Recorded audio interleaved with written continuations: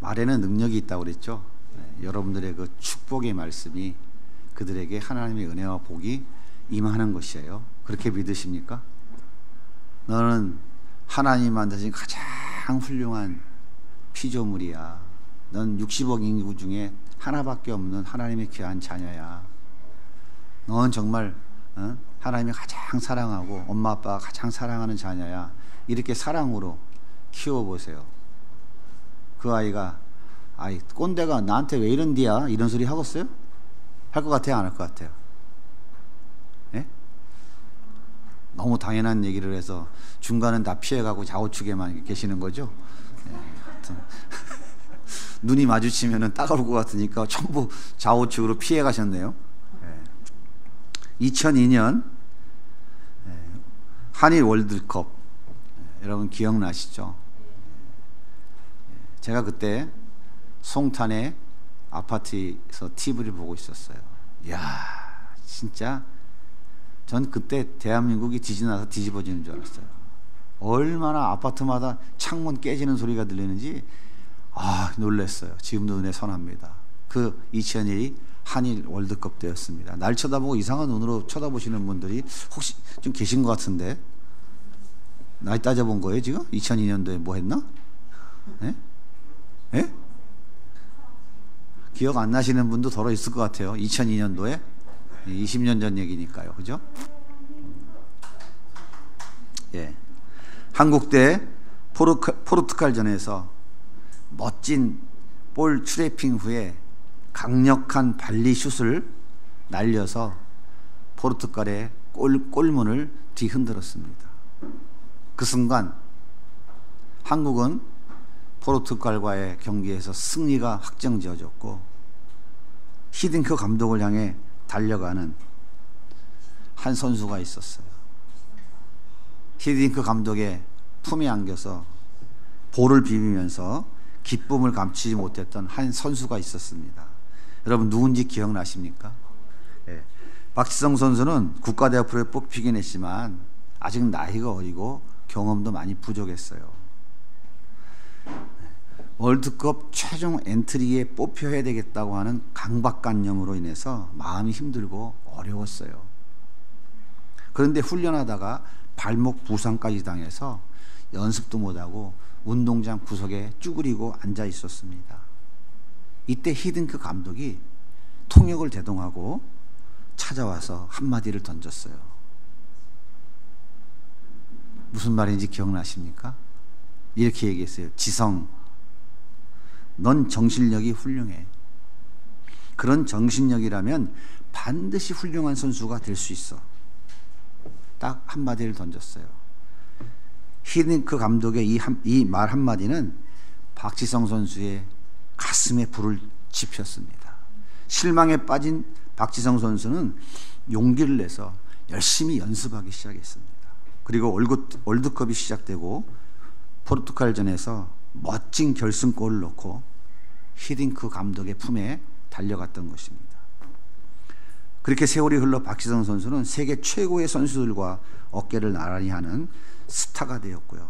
지금은 한국 축구의 전설이 되어서 수많은 지망생들의 선망의 대상이 되었습니다. 이것은 제가 만들어낸 이야기가 아니고요. 2004년 7월 14일 스포츠 조선에 박지성을 만든 칭찬 한마디라는 제목의 기사의 이야기를 정리해드린 겁니다. 오늘날 박지성 선수가 존재했던 것은 바로 이 히딩크 감독의 말 한마디였어요. 말은 우리의 생각을 표현해주는 수단입니다. 그런데 말을 하려면 반드시 뭐가 움직여야 돼요? 혀가 움직여야 돼요. 혀는 몇 가지 기능을 하는데요. 첫째는 미각을 느끼게 합니다. 둘째는 음식을 우리 목구멍으로 넘어가도록 밀어주는 역할을 해요. 세 번째는 뭐냐면 말을 할 수 있도록 소리를 내는 작용을 합니다. 예. 그러니까 혀는 소리가 날 수 있도록 작용을 해요.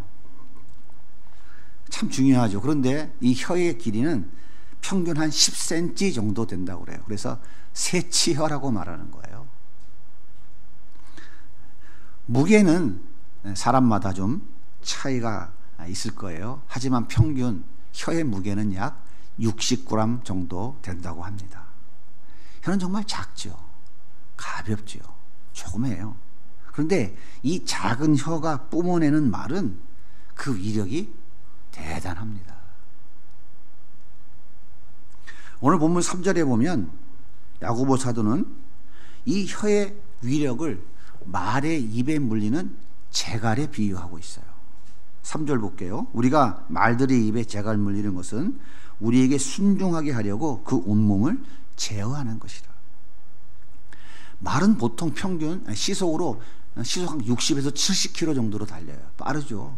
굉장히 빠릅니다. 말은 덩치가 커요, 작아요? 굉장히 큽니다. 말은 거칠어요. 다루기가 쉽지 않습니다. 하지만 입에 물려놓은 그 작은 재갈이 그 거칠고 강한 야생마들을 아주 순한 양같이 순종하게 만든다 하는 거예요. 그러니까 이 작은 재갈의 위력이 대단한 거죠. 또 4절에 보면 혀의 위력을 거대한 배를 움직이는 방향키에 비유하고 있어요. 같이 읽어볼까요? 또 배를 보라. 그렇게 크고 광풍에 밀려가는 것들을 지극히 작은 키로서 사공의 뜻대로 운행하나니. 자동차를 싣고 태평양을 건너가는 가장 큰 배가 자동차를 몇 대나 실을 것 같아요? 8,000대를 싣습니다. 8,000대. 8,000대. 컨테이너를 가장 많이 실는 배는 몇 개까지 실을까요? 18,000개까지 싣습니다. 여러분, 자동차를 배에 싣고 태평양을 건너 미국으로 운송할 때 어떻게 싣고 갈까요? 그냥 차에다가 그냥 저 배에다가 그냥 갖다 휙 타고 올라가서 딱 놓고 그냥 쭉 이렇게 갈까요? 자동차를 실는 컨테이너가 있어요. 그래서 컨테이너 속에 자동차를 집어넣고 컨테이너를 닫아서 차곡차곡 실어 가는데 8,000대를 싣고 갑니다. 이 배의 길이가 얼마나 될까요? 228m. 폭이 얼마나 될까요? 32m. 높이가 35m.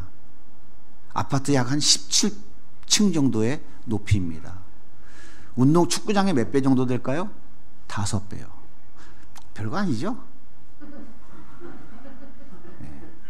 이 거대한 배가 태평양의 항로를 정확하게 지키면서 방향을 따라 갈 수 있도록 움직여주는 것은 배 뒤에 달린 조그마한 방향키입니다.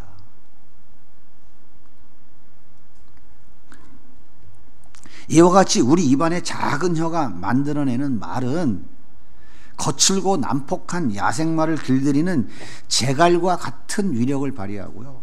그 거대한 배를 자유자재로 방향을 움직여서 목적지까지 가도록 만드는 영향력을 나타낸다 하는 얘기예요.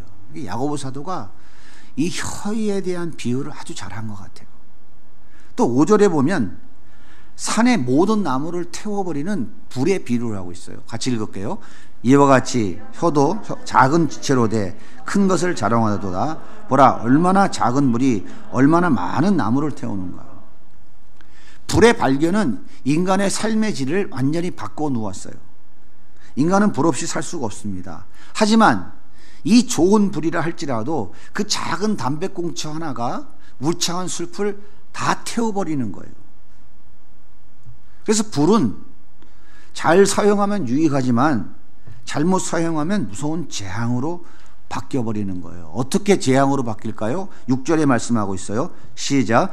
혀는 곧 불이요 불의의 세계라. 혀는 우리 지체 중에 온몸을 더럽히고 생의 바퀴를 불살하나니 그 살아는 곳이 지옥불에서 나나요. 성령의 불은 우리의 죄를 태워서 깨끗게 합니다. 그런데요, 지옥의 불은 죄인을 심판하고 벌주는 무서운 불이에요.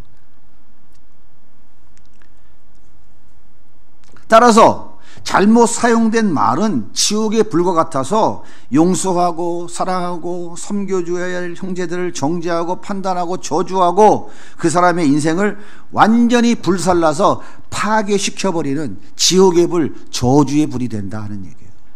살에 못하는 정도가 아니에요. 잘못 사용된 우리의 혀, 이 말은 한 영혼을 완전히 지옥으로 떨어뜨리는 저주의 불의 역할을 한다 하는 얘기입니다.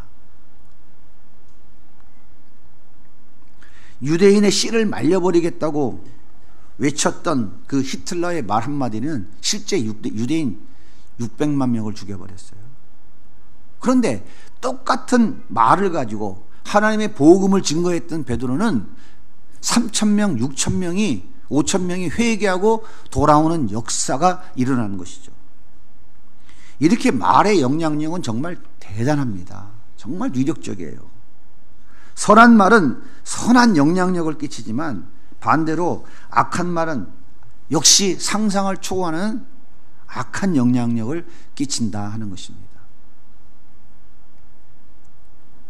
그렇다면 예수 믿는 우리가 그래도 우리가 적어도 하나님을 찬양한다고 하는 우리가 왜 우리 입에서 이렇게 악한 말이 자꾸 많이 나올까요?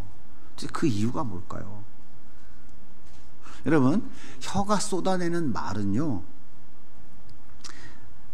우리 마음속에 있는 것, 우리 마음속의 생각을 이 혀가 쏟아내는 거예요. 혀가 말을 만들어내는 게 아닙니다. 그러니까 문제가 뭐냐면 내 혀가 문제가 아니에요. 악한 말하는 내 혀가 문제가 아니라 내 마음, 이 악한 내 마음이 문제인 거예요. 인간의 마음이 얼마나 악합니까? 예레미야 17장 9절에 보면 이렇게 성경은 말하고 있어요. 만물보다 거짓되고 심히 부패한 것은 마음이라.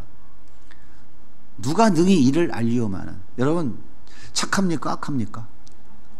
여러분 착해요? 안 착해요? 착하죠? 무지하게 착하죠. 정윤아, 그지? 네가 뭐 죄진 거 있어? 뭐 도둑질 했어? 나쁘진 않은 거 없잖아. 착하죠, 다. 착해, 안 착해요? 예? 안 착해요? 다 도둑놈들이에요, 그러면? 선한 것 따먹고 하나님께 반역한 인간은 이미 그 순간 반역죄인이에요. 하나님의 명령에 거역하고 선악과를 따먹는 언약을 파기한 순간 그 인간은 가장 더럽고 악하고 부귀한 심령으로 다 바뀌어버린 거예요. 그래서 거룩하신 하나님을 만날 수가 없는 거예요. 거룩하신 하나님 앞에 나갈 수조차 없는 거예요. 그래서 에덴 동산에서 쫓겨날 수밖에 없는 거예요. 아시겠습니까? 그래서 인간은 자기 힘으로 그 더럽고 추악하고 악한 그 죄를 해결할 방법이 없는 거예요. 하나님 앞에 갈 수 있는 길이 없는 거예요. 그래서 해결 방법을 하나님께서 주신 거예요. 자신을 십자가에 내어서 우리 죄를 사해 주시고 하나님과의 관계를 열어놓으신 거예요. 아시겠습니까? 이렇게 더럽고 추악한 게 인간의 마음이에요. 기분 나쁘세요? 예수 믿는다는 건, 예수를 잘 믿는다는 게 뭔지 아세요? 말을 바꾸면 이렇게 만물보다 거짓되고 심히 부패하고 더럽고 추악한 죄인, 그것이 내 마음이고 내 마음에서 내 생각에서 나오는 말이라는 것을 인정하는 사람이 진짜 예수를 제대로 믿는 사람이에요. 그렇게 되어질 때에 자기의 자아는 썩은 자아고 내 자아는 이렇게 부패하고 더럽고 추악한 것이라는 것을 인정할 수밖에 없고 내 자아는 죽어야 마땅합니다. 나는 날마다 십자가에 죽지 않고는 안 될 죄인입니다라는 것을 철저히 인정하고 고백하며 그 삶을 위해 몸부림칠 수밖에 없는 거예요. 이게 예수 믿는 거예요. 이게 성경이 말하고 있는 진리예요. 이게 기독교의 진리입니다. 무슨 뭐 예수 잘 믿으면 복 받아서 천국 가고 부귀영화를 누려.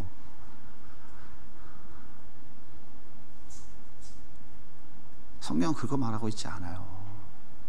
이렇게 만물보다 거짓되고 심히 부패한 우리 인간들, 이 인간들의 그 죄를 대신 사해줄 길이 없고 방법이 없고 어떻게 도리가 없어서 하나님이 자신을 십자가에 내어서 죽이시고 이 죄를 대신 갚아주신 거라고요. 이 복을 우리가 받은 거야. 이 복을 다 받았으면 복도 아니지, 그죠? 60억 인구가 다 받았으면 복도 아닌데 그 중에서 누군지 모르지만 선택받은 거야. 그 사람들이 여기 모여 앉아 있는 거예요. 그러니까 여러분들은 예배 드리러 나와서 하나님의 그 은혜를 생각하면은 가슴이 벌렁벌렁 해야 돼. 하나님 어떻게 나 같은 죄인이 이렇게 선택받아 구원받았을까? 가슴이 벌렁벌렁 해야 되는데 가슴이 벌렁거리기는 이제 아랫동네 윗동네가 계속 지금 그냥 부딪히기 바쁜데 아시겠어요? 예? 그래서 예배가 생명보다 소중하다는 거예요. 이 예배가 생명보다 소중하다고 느끼는 사람이라야 진짜 구원받은 사람이라니까요. 왜? 이 예배를 통해서 그 하나님께 감사와 찬송과 영광을 올려드리는 날이기 때문에. 그래서 하나님께서 예배를 갱신하지 않고 예배를 바르게 드리지 않고 하나님께 제사 바르게 드리지 않을 때 뭘 보낸다고? 연병을 보내는 거라고. 그래서 전염병은 제일 첫 번째 무엇과 관계 있다고요? 하나님의 예배와 관계가 있는 거예요. 이렇게 만물보다 거짓되고 힘이 부패한 이 마음 속에서 그 더럽고 추악한 생각들이, 자기 욕심들이, 자기 자아들이 속으로 표출되어지는 것이 바로 뭐냐면 이 혈아 이 말이에요. 혈. 그것이 말이에요. 그래서 예수님께서 뭐라고 말씀하셨냐면, 야, 그 더럽고 추악한 네 마음속에서 나온 게 뭔지 아니? 하면서 마태복음 15장 18절에 이렇게 말씀하고 있어요. 읽어볼게요. 시작. 입에서 나오는 것들은 마음에서 나오나니 이것이야말로 사람을 더럽게 하느니라. 마음에서 나오는 것은 악한 생각과 살인과 간음과 음란과 도둑질과 거짓 증언과 비방이니 이런 것들이 사람을 더럽게 하는 것이요. 예, 이게 더럽게 하는 거예요. 범죄한 인간은 전 인격이 죄로 오염이 되었기 때문에 그 오염된 마음에서 나오는 것은 당연히 오염된 것일 수밖에 없어요. 그래서 이 모든 것은 하나님 겁니다. 하나님 주신 겁니다. 정말입니다. 주님 겁니다. 하고 주님 것을 주님께 드리는데도 뭐가 튀어나와? 자기 의가 나오는 거야. 나 이런 사람이야. 어때? 잘했지? 이게 인간이라고요. 아시겠어요? 그래서 만물보다 거짓되고 힘이 부패한 거예요. 그런데 더 안타까운 것은 뭐냐면 누구도 이 작은 혀를 길들일 수 없다는 거예요. 이게 기가 막힌 거라고요. 길들일 수 없다고. 야고보 3장 8절 같이 읽습니다. 시작. 혀는 능히 길들일 사람이 없나니 쉬지 않은 악이요 죽이는 독이 가득한 것이라. 말은 재갈 물리면 길들여져요. 아무리 큰 배도 방향키로 조종할 수 있어요. 돌고래도 물개도 멋진 수중쇼 할 수 있도록 길들일 수 있습니다. 그래요, 안 그래요? 육중한 몸을 가진 코끼리도요, 바나나 먹는 원숭이도요, 얼마든지 길들여서 재롱 다 피웁니다. 태국 가서 보니까 바나나가, 저 코끼리가 누워있는 사람을 배후에 슬쩍 대는 척 하다가 들고 탁 넘어가더라고. 아이고, 그걸로 밟으면 어떻게 되겠어? 예? 코브라 입에다가 손을 쑥 집어넣고요. 예? 악어 입에다가 머리 푹 집어넣어요. 이렇게 길들일 수 있다 이 말이에요. 그런데 인간의 혀를 길들일 수 있는 사람이 없다고 성경은 다 선언하고 있어요. 그래서 그 제어되지 않은 혀에서 독사의 독을 품어내는 거예요. 그 독이 많은 사람들의 마음에 깊은 상처를 주고 깊은 절망의 수렁으로 빠지게 만들어요. 그리고 그 속에서 쏟아내는 지옥의 불이 많은 사람들의 인생을 불태워버리고 삶의 수레바퀴를 엉망으로 만들어버립니다. 선악과 따먹고 지가 하나님 된 줄로 착각하는 인간들은 그런 저주의 말을 절대 못 견뎌내는 거예요. 아시겠어요? 그러니까 다 지가 잘났다고 하는 소리야. 다 그게 한마디로 말하면. 여러분 한번 이런 생각해 보셨어요? 내 입에서 쏟아져 나가는 말이 얼마나 무서운 결과를 초래할까? 이런 생각 한번 해보셨어요? 내 입에서 쏟아진 말 때문에 내가 왜 또 이랬지? 이렇게 마음 아파해 보신 적 있어요? 막 쏟아내고는 어떻게 해요? 상대편이 뭔가 좀 기가 꺾인 것 같고 쏟아낸 후에 상대편이 조금 음에 기주고 하고 뭔가 좀 돌아서는 것 같으면 내가 또 왜 이랬지 하고 가슴을 치면서 회개합니까? 아니면 자식 그러니까 평소에 잘해야지 이러면서 고개를 어깨에 힘을 줍니까? 어때요? 상대편이 내가 쏟아낸 말을 듣고 아파하고 고통스러워하고 괴로워하면은 그냥 희열을 느끼는 거야. 왜 그렇다고요? 만물보다 힘이 부패하고 썩은 마음이 그 마음이기 때문에 그런 거예요.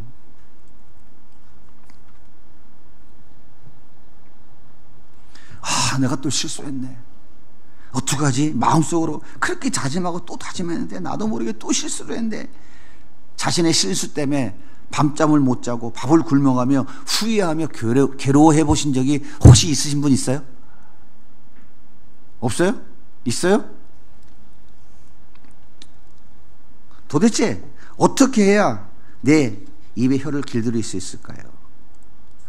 어떻게 해야 나도 죽고 남도 죽이는 이 무서운 혀를 제어할 수 있을까요?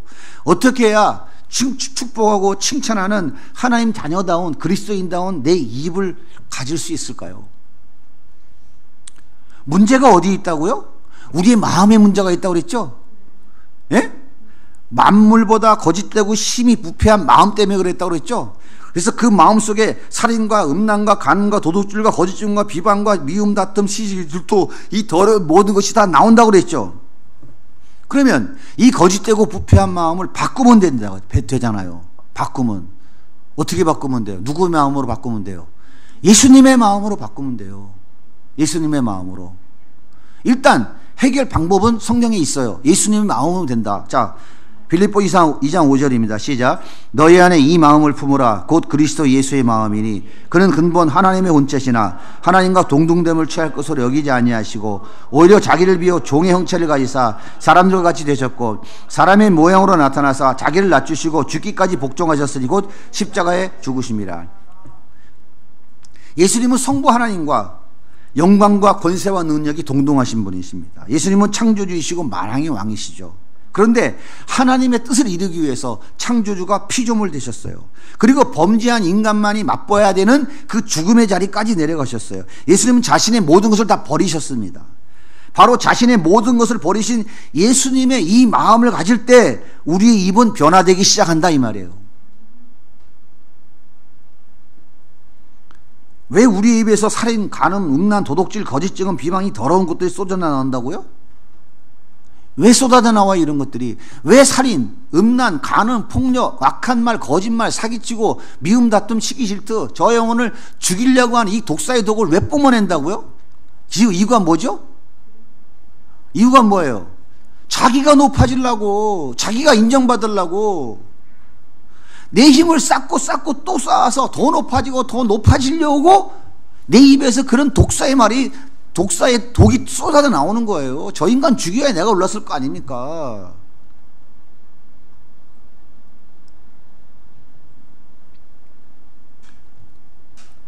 그러므로 내 힘을 버리면 내 자아가 죽어집니다. 내 자아가 죽어지면 나와 함께 살고 계신 예수님이 내 인생 주인 되셔서 내 삶을 다스리고 통치하십니다. 이때 네 안에 참된 평안과 희락과 기쁨과 감사가 넘치게 돼요. 다시 말해서 하나님의 나라 천국이 내 안에 임하게 되는 거예요. 이렇게 하나님의 나라 천국이 가득한 사람의 입에서 독사의 독이 흘러나올 수 있을까요? 절대로 그럴 수 없죠. 불가능합니다. 그러면 무엇이 나올까요? 찬양이 나오고 감사가 나오고 위로가 나오고 격려가 나오고 칭찬이 나올 수밖에 없어요. 하나님 나라를 살아가는 사람들은요, 하나님 나라의 것들이 그 입을 통해 나올 수밖에 없어요. 하나님의 나라가 심령 속에 가득한 사람은 하나님의 나라에 있는 것들이 입으로 나올 수밖에 없어요. 여러분, 한번 성경에서 미리 한번 우리가 가야 될 하나님 나라를 한번 잠깐만 살펴볼까요? 계시록 4장 6절부터 11절 말씀을 같이 읽어볼게요. 시작. 보좌 앞에 수정과 같은 유리바다가 있고 보좌 가운데와 보좌 주위에 네 생물이 있는데 앞뒤에 눈이 가득하더라. 그 첫째 생물은 사자 같고 그 둘째 생물은 송아지 같고 그째 색생물은 사람의 그 넷째 생물은 날아가는 독수리 같은데 네 생물은 각각 6날개를 가졌고 그 왕과 주위에는 눈이 가득하더라. 그들이 밤낮 쉬지 않고 이르기를 거룩하다 거룩하다 거룩하다 주 하나님 전능하시니요 전에도 계셨고 지금도 계시고 장차 오시라 하고 그 생물들이 보좌에 앉으사 세세토록 살아계시는 이에게 영광과 존귀와 감사를 돌릴 때에 24장로들이 보좌에 앉으신 이의 앞에 엎드려 세세토록 살아계신 이에게 경배하고 자기의 관을 보좌 앞에 드리며 이르되 우리 주 하나님이여 영광과 존귀와 권능을 받으시는 것이 합당하오니 주께서 만물을 지으신지라 만물이 주의 뜻들이 솟고 또 지으심을 받았나이다 하더라. 이게 천상에서 예배드리는 장면이에요. 이렇게 보좌가 있어요. 보좌에 누가 앉으셨어요? 하나님이 앉으셨어요. 보좌 앞에 누가 앉으셨어요? 예수님이 앉으셨어요. 어린 양 대신 예수님이. 또 누가 앉으셨어요? 성령님이. 여기 보면은 그리고 그 주변에, 보좌 주변에 누가 있어요? 여기 보면 네 생물이 있어요. 네 생물. 첫째 생물은 사자 같고, 둘째 생물은 송아지 같고, 셋째 생물은 사람 얼굴, 넷째는 독수리 같고, 각각 6날개를 가졌어요. 뭐 이거 하나하나 설명하는 시간이 아니니까 이게 천사들이에요. 천사들이 보좌 주변에서 하나님을 찬양하는 거예요. 어떻게 하다고? 거룩하다. 밤낮 쉬지 않고 하나님을 찬양해요. 아이고, 밤낮 쉬지도 않고 천국 재미없는 곳이네, 그러죠? 아이고, 거가 뭐 밤낮 예배만 드리네? 천국 재미없죠? 밤낮 쉬지 않고 거룩하다 주 전능하신 하나님이시여. 전에도 계셨고 이제도 강차 오시여. 세세토록 살아계신 영광과 존귀와 감사를 예배드리는 거예요. 쉬지 않고 예배드리는 거예요. 그리고 그 앞에 뭐가 있어요? 이 보좌 앞에 유리바다. 이렇게 이해하시면 돼요. 하나님과 이 하나님 앞에 범죄할 수 없는 거리를 얘기하는 거예요. 강대상과 회중석 정도로 이해하시면 돼요. 똑같다는 얘기 아니에요. 그냥 그 구조를 그렇게 이해하시면 돼요. 그 앞에 누가 앉아 있냐면 24장로가. 그러니까 보좌 주변에는 네 생물 천사들이 쫙 둘러서서 하나님을 찬양하고, 이 유리바다 앞에, 여기에는 뭐 회중석이라고 쉽게 이야기하면 회중석 제일 앞에 24장로. 24장로의 의미는 구약의 12지파의 대표, 신약의 12사도의 대표. 그러니까 모든 믿는 성도들의 대표자 24명 장로들이 앉아서 멸류관을 벗어서 보좌 앞에 집어 던지면서 거룩하다.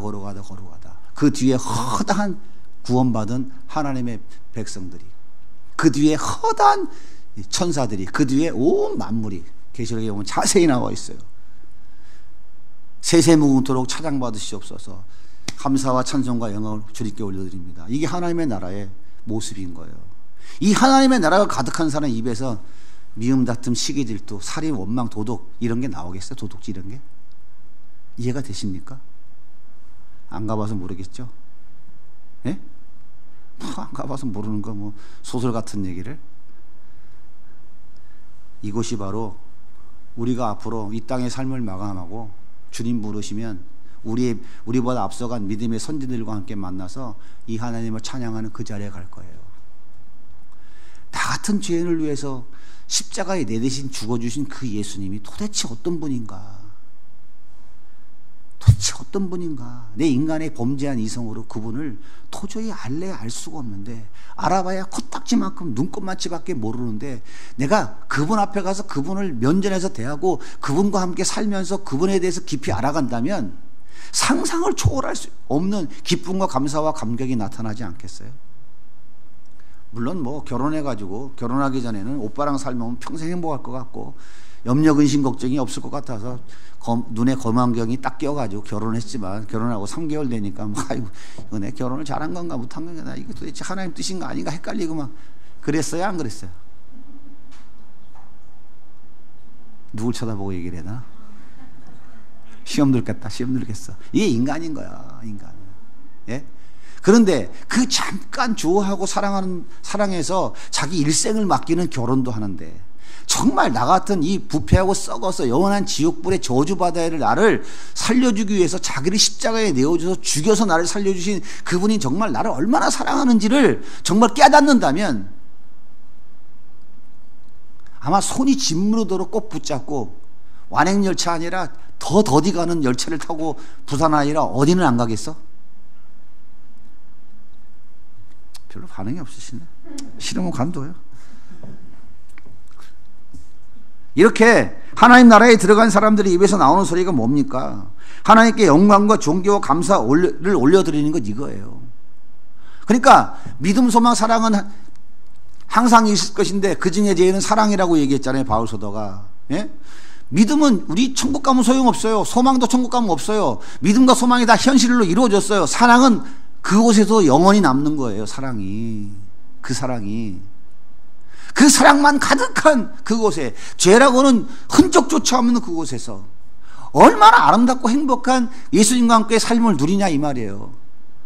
하나님의 나라가 원래 하나님 나라의 그 원형이 회복되어지는 거라고요. 그 속에서 미움, 다툼, 시기, 질투, 뭐 온갖 더럽고 추악한 말이 나오겠어요? 하나님의 나라가 우리 안에 임하고 하나님 나라를 살아가면 우리 입에서 그런 더러운 말들은 점점점 줄어들어 가게 된다, 그 말이에요. 자기 힘을 전부 버리고 오직 하나님 아버지 다스림 안에 순종하신 예수님께서 십자가에 처참히 죽어가실 때 무슨 말씀을 하셨어요? 아버지여, 저들의 죄를 용서해 주옵소서. 자기를 십자가에 못 박아 죽인 자를 향해서 저주의 말, 복수의 말 하지 않으셨어요. 오히려 축복의 말 하셨어요. 예수님이 하나님 나라 그 자체잖아요. 자기 힘을 전부 버리고 오직 예수님의 다스림 안에 순종했던 스데반 집사가 돌에 맞아 처참하게 죽어가면서 뭐라고 말합니까? 아버지여, 저들의 죄를 용서해 주시옵소서. 스데반은 자신에게 돌을 던지는 자들에게 저주의 말, 복수의 말 하지 않았습니다. 너 두고 봐라, 언젠가 죽는다 하지 않았어요. 오히려 축복의 말에 용서해 달라고. 이것이 예수님의 마음을 가진 사람이에요. 예수님처럼 자기의 힘을 전부 버리고 오직 예수님의 통치 아래 순종하는 사람의 모습이 바로 이거예요.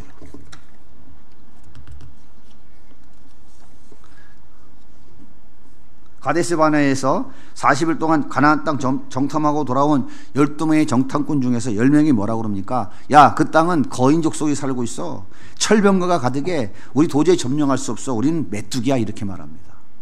이 말들은 이스라엘 백성들은 매장지가 없어서 우리를 여기까지 끌고 왔냐? 다시 애굽으로 돌아가자. 하나님을 원망했어요. 모세를 원망했어요. 그런데 나머지 2명, 여호수아와 갈렙은 그렇지 않습니다. 가나안 땅에 거인 족속들이 살고 철병거가 많은 것은 사실입니다. 하지만 우리는 가나안 땅을 정복할 수 있습니다. 걱정할 거 없습니다. 저들은 우리의 밥입니다. 정반대로 이야기해요. 똑같은 상황을 보고. 왜 그랬을까요? 10명의 정탐꾼은 여전히 자기 인생의 주인이에요. 하지만 여호수아와 갈렙은 자기 인생의 주인이 자기가 아니라 누구예요? 하나님이에요. 하나님이 이끄시고 다스림에 철저히 순종하며 따라가는 사람들인 거예요. 하나님의 다스림과 통치에는 결코 실패란 단어는 없다고 그들은 확신하기에 그들의 입에서 승리와 확신의 소리가 강력하게 나올 수 있었던 것입니다. 이때 하나님이 어떻게 결정하셨어요? 민수기 14장 28절에 이렇게 말합니다. 너희 말이 내 귀에 들린 대로 내가 너에게 행하리니. 10명의 정탐꾼의 말을 듣고 하나님을 원망했던 20세 이상 출애굽 1세대들은 40년 동안 광야를 뺑뺑 돌다가 광야 모래밭에 다 묻혀 죽었어요. 그들의 그 지옥불에서 나온 그 저주의 말에 다 그들의 인생이 몰살되고 마른 거예요. 하지만 여호수아와 갈렙은 가나안 땅에 들어갔고 이스라엘의 위대한 지도자로 쓰임받았습니다. 사랑하는 여러분, 언제까지 우리 입에서 독사의 독을 품어내시겠습니까? 언제까지 지옥의 불을 품어내시겠어요? 나도 죽고 남도 죽이는 우리의 혀가 길들여져야 됩니다. 하지만 인간은 그 누구라도 불가능해요. 그런데 예수님이 내 인생 주인 되셔서 나를 다스리고 통치하시면 가능합니다. 예수님이 다스리실 때 하나님 나라의 그 참된 평안과 기쁨과 희락과 감사가 가득해지기 때문이에요. 천상에서 하나님과 함께 예배드리는 그 성도들의 그 모습이 우리 가운데 임하기 때문에, 임해도 온전히 임하는 게 아니라 제가 얘기하죠, 맛배기라고. 맛보는 거예요. 맛보는 거. 그 맛만 봐도 우리 입술이 제어되어지는 거죠. 내 입에 쏟아놓는 말은 생명의 말, 생명을 살리는 말, 영혼을 살리는 말이 쏟아져 나오게 될 것입니다. 그러면 나를 살리고 나의 가정을 살리고 나의 생업을 살리고 우리 공동체를 살리고 세상을 변화시키는 하나님의 역사가 일어나게 될 것입니다. 그리고 예수의 향기가 되고 예수의 편지가 되어 하나님 나라를 확장시킬 것입니다. 그래서 우리는 또 연습해야 돼요. 아시죠? 연습해야 된다고요. 연습은 한 번 하고 마는 거요. 죽을 때까지, 훈련소에서 훈련이 끝날 때까지 훈련해야 돼요. 그죠? 훈련이 끝나는 날 우리는 이제 각자 위치로 돌아가죠. 우리의 훈련이 끝날 때가 언제예요? 이 세상 떠나는 날이에요. 그때 우리는 훈련소를 마치는과 동시에 하나님 나라 입성할 수 있는 확인서를 받게 되겠죠. 그래서 우리는 끊임없이 연습하고 훈련하는 거예요. 예? 41.195km를 달리는 마라톤 선수와 같이 우리 인생길 순례자와 같이 끊임없이 달려가야 되는 거예요. 연습하셔야 돼요. 지치지 말고 연습하셔야 돼요. 훈련하셔야 됩니다. 여러분의 입술은 이렇게 독사의 독을 품어내는 입술로 살아가서는 안 돼요. 우리가 정말 그리스도인이고 예수님을 나의 주인으로 모시고 살아가는 예수의 다스림과 통치하심을 받으며 살아가는 하나님 나라 백성으로서 우리의 입이 이제는 바뀌어야 돼요. 우리 마음이 바뀌면 우리 입술이 바뀌게 되어 있습니다. 좀 힘들고 지치고 힘들고 어려워도 선한 말, 사랑의 말, 격려와 위로의 말 많이 하십시오.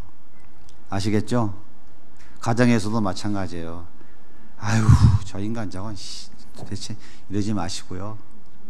여러분의 입이 정말 사람을 살리고 영혼을 살리는 이 말이 여러분 입에서 나와야 돼요. 그렇게 노력하시기 바랍니다. 연습하셔야 돼요. 조금 못마땅하고 좀 불편해도 사랑의 말, 위로와 격려의 말 하면요, 가정이 행복해지고 아침에 밥상이 달라집니다. 말의 선한 능력을 나타내는 하나님의 귀한 종들이 될 수 있기를 주님의 이름으로 간절히 소원합니다.